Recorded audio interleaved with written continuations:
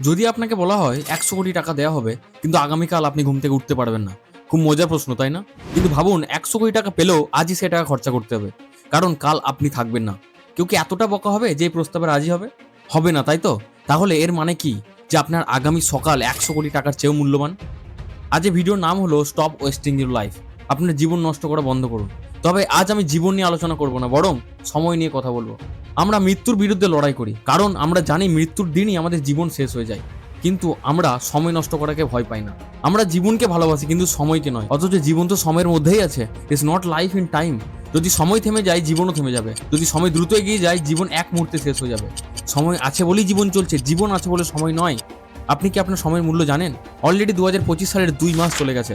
আপনি যদি মার্চ এসে ভিডিওটা দেখছেন, তাহলে হয়তো আরেকটু দেরি হয়ে গেছে। আমাদের সবারই সীমিত সময় আছে, কিন্তু বছরের শেষে সবার ফলাফল একরকম হয় না।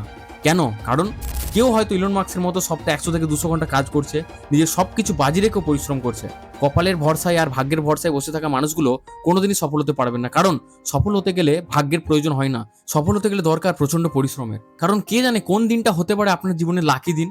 ভাবুন, যদি আপনার জীবনের ভাগ্য পরিবর্তনের দিনটা হয় আর আপনি সেই দিনটাই অলসতে হারিয়ে ফেলেন, যদি সেই দিনটায় আপনি বিশ্রাম নিচ্ছেন আর আপনার ভাগ্য ঠিক তখনই বদলে যাওয়ার জন্য প্রস্তুত ছিল, তখন আপনি কি করবেন?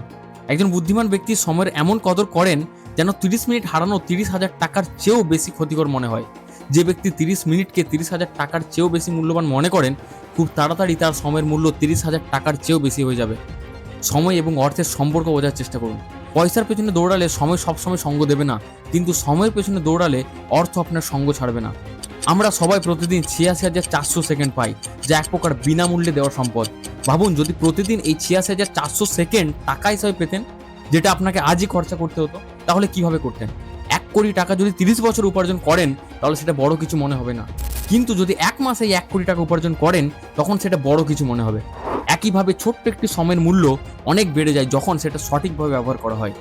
আচ্ছা বলুন তো, কেন মানুষ সময় নষ্ট করে? সময় নষ্ট করার প্রধান দুটি কারণ হলো, এক হচ্ছে শক্তির অভাব, ল্যাক অফ এনার্জি। আজ মুড নেই, মন ভালো নেই, এনার্জি নেই, এই ধরনের অজুহাত মানুষকে পিছিয়ে রাখে। আর 2 হচ্ছে উদ্দেশ্যর অভাব, lack of purpose.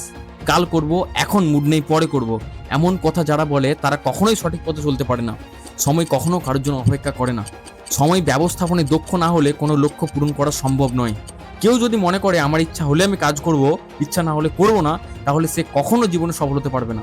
Mahatma Gandhi যখন ডান্ডি মার্চ করেছিলেন, তখন একজন ব্রিটিশ সাংবাদিক তার সঙ্গে সাক্ষাৎ করতে এসেছিল। কিন্তু গান্ধীজি বলেন, আমি একজন কর্মী, এখন কাজ করছি, এই বলে তিনি সামনে এগিয়ে যান। তার কাছে ফেমাস হওয়াটা গুরুত্বপূর্ণ ছিল না, বরং তার কাছে সময়ের মূল্য ছিল অনেক বেশি। আব্রাহাম লিঙ্কন তার জীবন শুরু করেছিলেন প্রচন্ড দরিদ্রের মাধ্যমে, কিন্তু সময়ের সঠিক ব্যবহার করে তিনি আমেরিকার প্রেসিডেন্ট হয়েছিলেন। ওয়ারেন বাফেট মাত্র 11 বছর বয়সে শেয়ার মার্কেটে বিনিয়োগ শুরু করেছিলেন। 16 বছর বয়সে তিনি $53,000 আয় করেছিলেন, কারণ তিনি সময়কে সঠিকভাবে কাজে লাগিয়েছেন। বিল গেটসও ওয়ারেন বাফেটের সময় ব্যবস্থাপনার প্রশংসা করেছেন বহুবার, কারণ একজন সফল মানুষ তার সময়কে নিয়ন্ত্রণ করতে জানে। আপনি কিভাবে আপনার সময়কে সঠিকভাবে কাজে লাগাবেন? সবার প্রথমে আপনাকে স্মার্ট গোল সেট করতে হবে। S for specific. আপনার লক্ষ্য অস্পষ্ট হলে আপনি কোথায় যাবেন সেটাই বুঝতে পারবেন না। যেমন আমি ঘুরতে যাব, এটা একটি অস্পষ্ট লক্ষ্য। কিন্তু যদি বলেন আমি দিল্লি যাব, তাহলে সেটা স্পষ্ট হয়ে যায়। M for measurable. আপনার কাজ কত ঘন্টা লাগবে, প্রতিদিন কত ঘন্টা কাজ করবেন, কবে শেষ করবেন, এই পরিকল্পনা থাকা দরকার। A for achievable. যদি আপনি প্রতিদিন 20 ঘন্টা কাজ করতে চান, সেটা সম্ভব নয়। কিন্তু যদি বলেন প্রতিদিন 10 ঘন্টা কাজ করব, তাহলে সেটা সম্ভব। আর ফর রেলিভেন্ট। আপনার লক্ষ্য কি সত্যি আপনার জন্য গুরুত্বপূর্ণ? যদি কোনো কাজ আপনার জীবনের সঙ্গে সম্পর্কিত না হয়, তাহলে সেটার জন্য সময় নষ্ট করবেন না। T for time bound. আপনার কাজের নির্দিষ্ট সময়সীমা থাকতে হবে। যদি কোনো কাজের সময় নির্ধারণ না করা হয়, তাহলে সেটা অনির্দিষ্টকাল পর্যন্ত চলতেই থাকবে। আপনি আপনার সময় নষ্ট করবেন না। যে ব্যক্তি নিজের ক্যালেন্ডার নিয়ন্ত্রণ করতে পারে না, সে কখনোই জীবনে সফল হতে পারে না। আপনি যদি এখন থেকেই সময়ের গুরুত্ব বোঝেন, তাহলে আগামী দিনে আপনার সাফল্য কেউ আটকাতে পারবে না।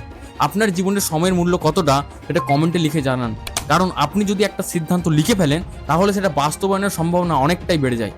যদি ভিডিও আপনাকে একটু সাহায্য করে থাকে, তাহলে ভিডিওটি অবশ্যই শেয়ার করুন, কারণ হয়তো আপনার শেয়ার করা ভিডিওটি অন্য কারণ জীবন বদলে দিতে পারে। আজ আমি ভিডিও এখানেই শেষ করলাম। আবার দেখাবেন নতুন কোনো ভিডিওতে।